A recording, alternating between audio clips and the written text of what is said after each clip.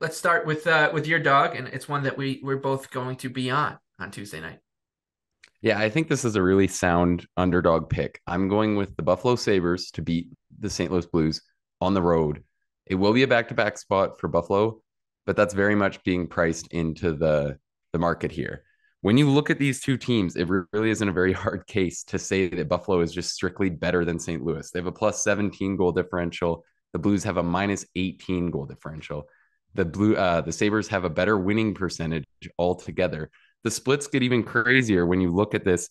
So as of last week, the East altogether at a plus 115 goal differential versus the West.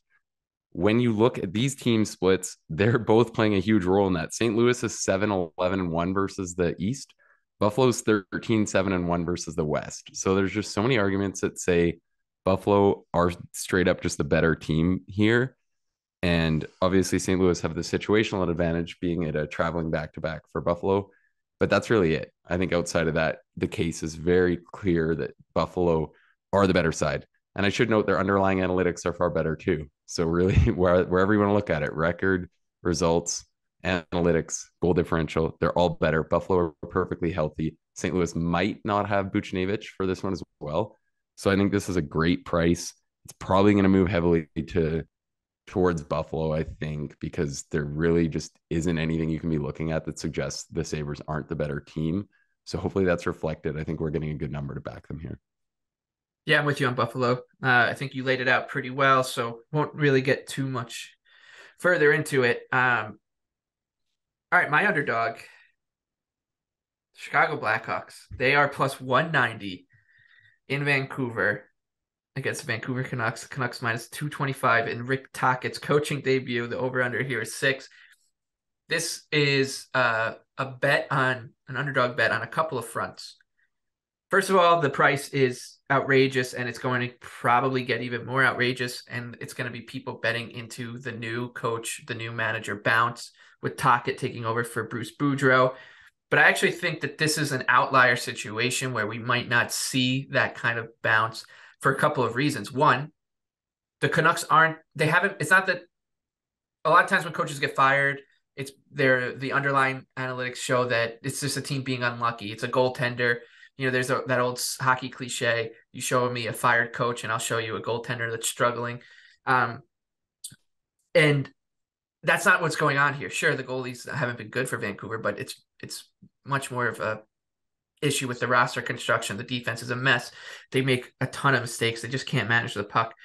That's not going to change overnight just because Rick Tocchet has been the coach for 48 hours. So that's one. Two, the players loved Bruce Boudreau. He is as much a player's coach as you can get. So you're going to go from that extreme to Rick Tocchet, who I want to say he's, in that Daryl Sutter, tough. You have to always be tough on your players no matter what's happening mold, but he's definitely more in that part of the Venn diagram than the Bruce Boudreau Venn diagram. So I don't know how thrilled the playing group is going to be here. Three, a lot of these players know that they're going to be traded soon. So why would they give Rick Tocchet their 100% fulfilled effort? Like, it's human nature to kind of be like, this season's got so off the rails that I don't want to be excited. Sure, there might be some players down the lineup that maybe thought they weren't getting a fair shake under Boudreau, but I think those players are few and far between.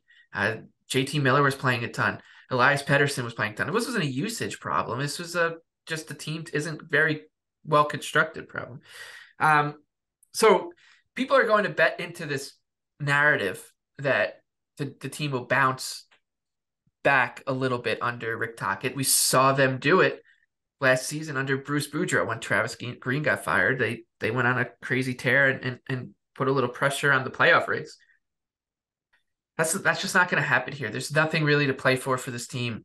Their best kind of course of action is to not play well or to lose more than they win, and continue to increase their odds in the lottery for Connor Bedard, who is from the area. So the Blackhawks are terrible.